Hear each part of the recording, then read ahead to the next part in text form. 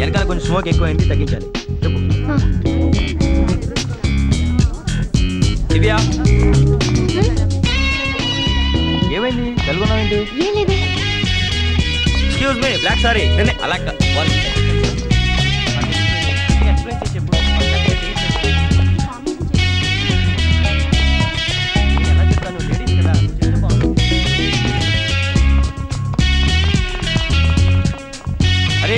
Light field చూసుకున్నాయా బాబు? Okay రా, రైట్ రా.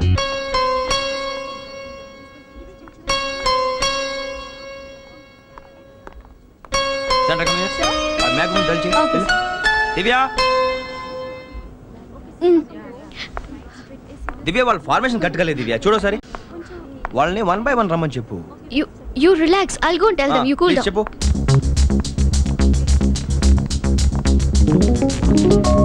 దివ్య No.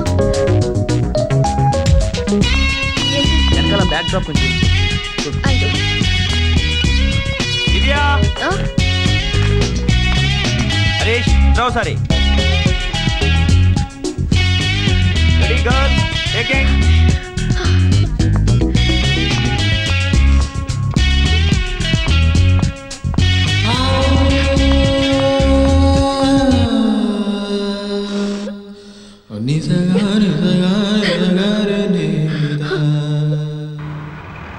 నన్నే ఇంటి దగ్గర డ్రాప్ చేయక్కర్లేదు. ఇంటికి వచ్చావంటే అమ్మతో కబుర్లు చెప్తూ కూర్చుంటా, లేట్ అయిపోతుంది. రేపు ఈవినింగ్కి యాడ్ ఫినిష్ చేయాలి. మార్నింగ్ నేను డైరెక్ట్గా లొకేషన్కి వచ్చేస్తాను. నువ్వు కొంచెం ముందుగా వెళ్ళి అరేంజ్మెంట్స్ చూసుకో. డ్రైవర్. Yes madam. కార్ ఆపు, నేను కొన్ని థింగ్స్ కొనుక్కోవాలి. రేపు కలుద్దాం. Bye.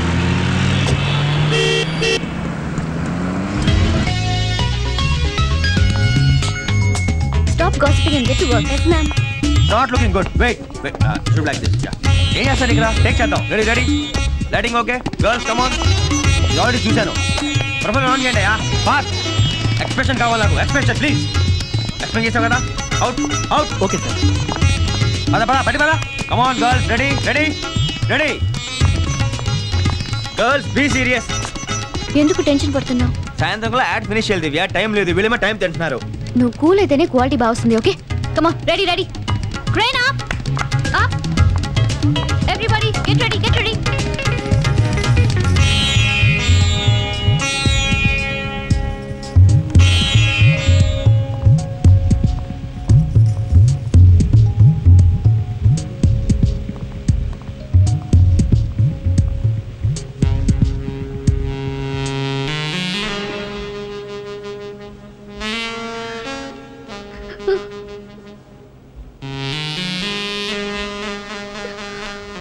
Congrats sir. Thank you. You done very well. Thank you very much. Congrats sir. Thank you. Well done sir. Thank you. Add చాలా బాగా వచ్చింది సార్. మేమందరం హ్యాపీగా ఫీల్ అవుతున్నాం సార్. చాలా హ్యాపీగా ఉంది దివ్య. యాడ్ టైం ఫినిష్ అయింది. అమ్మను చూసి 2 రోజులు అయింది. రేపు ఎలాగో షూటింగ్ లేదుగా, ఇవాళ రేపు అమ్మతో టైం స్పెండ్ చేయొచ్చు. ఏమైంది దివ్య ఏమైంది? ఏమైంది దివ్య? అమ్మకేమైంది? అమ్మకేమైంది దివ్య?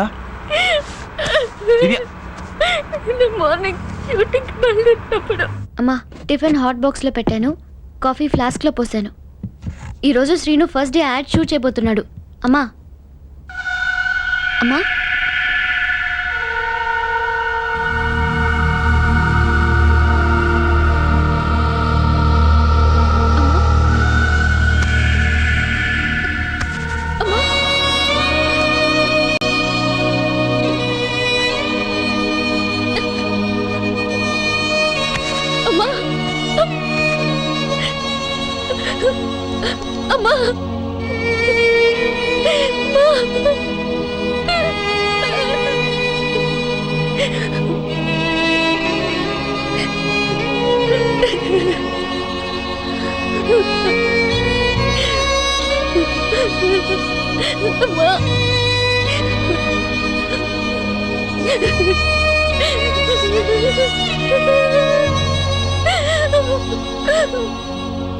దివ్య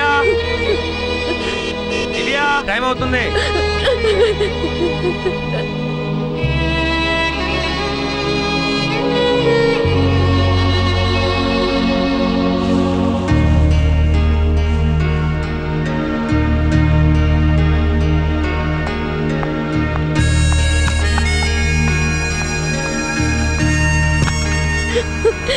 మరి ఇంకెప్పుడు చూడలేదు శ్రీను. దివ్య ఊరుకో దివ్య దివ్య ఊరుకో దివ్య మరి ఇంకెప్పుడు చూడలేదు.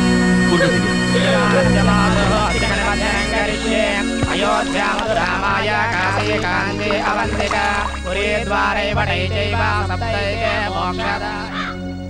ఆడపిల్లవైనా రాత్రికి రాత్రి తల్లికి చేయించవలసిన కర్మకాండాలన్నీ సాంప్రదాయబద్ధంగా చేయించావమ్మా.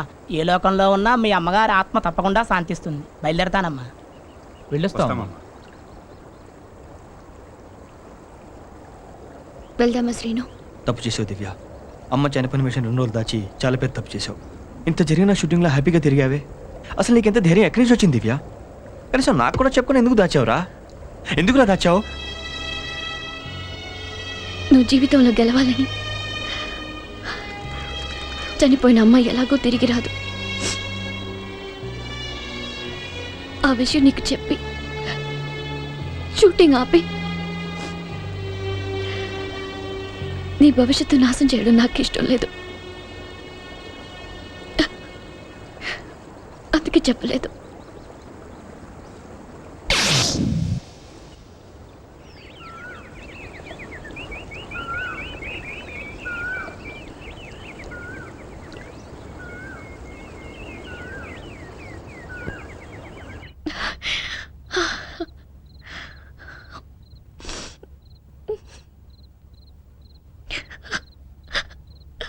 దివ్య జీవితం ఒక ప్రశ్నలా మిగిలిపోయింది.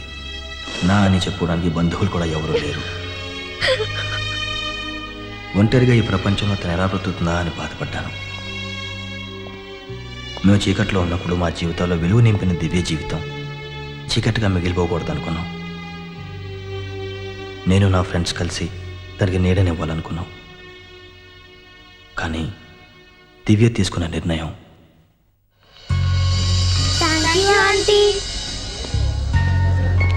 దివ్య ఏంటిది? అమ్మ లేని ఆ ఇంట్లో ఉండలేకపోయాను శ్రీను. అమ్మని లేనంత మాత్రాన నువ్వు అనాథ అయిపోయి అనుకున్నావా? నేను నీకు లేనా? నేను నీకేం కానా? నేను అనాథని అనే ఫీలింగ్తో ఇక్కడికి రాలేదు. మేము అనాథలం అనే ఫీలింగ్ వీళ్ళలో పోగొట్టాలని వచ్చాను. అయినా నా కష్ట సుఖాలు పాల్పంచుకునే నీలాంటి స్నేహితుడు ఉండగా నేను ఎలా అనాథనవుతాను చెప్పు? నువ్వు పరిచయం కాకముందు నా జీవితంలో ఏదో తెలియని లోటు ఉండేది. నీ పరిచయం దాన్ని పోగొట్టింది. ప్రేమ నా చేత కన్నీరు పెట్టిస్తే నీ స్నేహం ఆ కన్నీటిని తుడిచింది. ఇప్పుడు నా దృష్టిలో ప్రేమ కంటే స్నేహం ఎంతో విలువైనది శ్రీను. నిన్ను నీ స్నేహాన్ని నేను ఎప్పటికీ వదులుకోలేను. జీవితాంతం మన స్నేహం ఇలాగే ఉండాలి, సరేనా? నువ్వు చెప్పిందంతా విన్న తర్వాత ఆ దివ్యను ఒక్కసారి చూడాలని ఉందిరా. పెళ్ళికి వస్తావు కదా, అప్పుడు పరిచయం చేస్తాను. పద, లద్దిగింటికి వెళ్దాం. వద్దురా, తను నిన్ను మర్చిపోయి హ్యాపీగా ఉంటుంది. ఇప్పుడు నిన్ను చూస్తే గతం గుర్తొచ్చి అనవసరంగా బాధపడుతుంది. రేయ్, నేను లతికని ఆఖరిసారి చూసినప్పుడు తన కళ్ళల్లో తిరిగిన నీళ్లు నాకు ఇంకా గుర్తున్నాయి. తను నాకు దూరం అయిన తర్వాత తలుచుకున్నప్పుడల్లా తన కన్నీటి ముఖం గుర్తొచ్చేది. ఇప్పుడు సంతోషంగా ఉన్న తనని చూస్తే పాత బాధలన్నీ మర్చిపోవచ్చు. నేను కొత్త జీవితం మొదలు పెట్టచ్చు. అది కాదురా. ఇంకేం చెప్పొద్దురా. నువ్వు వచ్చినా రాపోయినా వెళ్తున్నాను అంతే.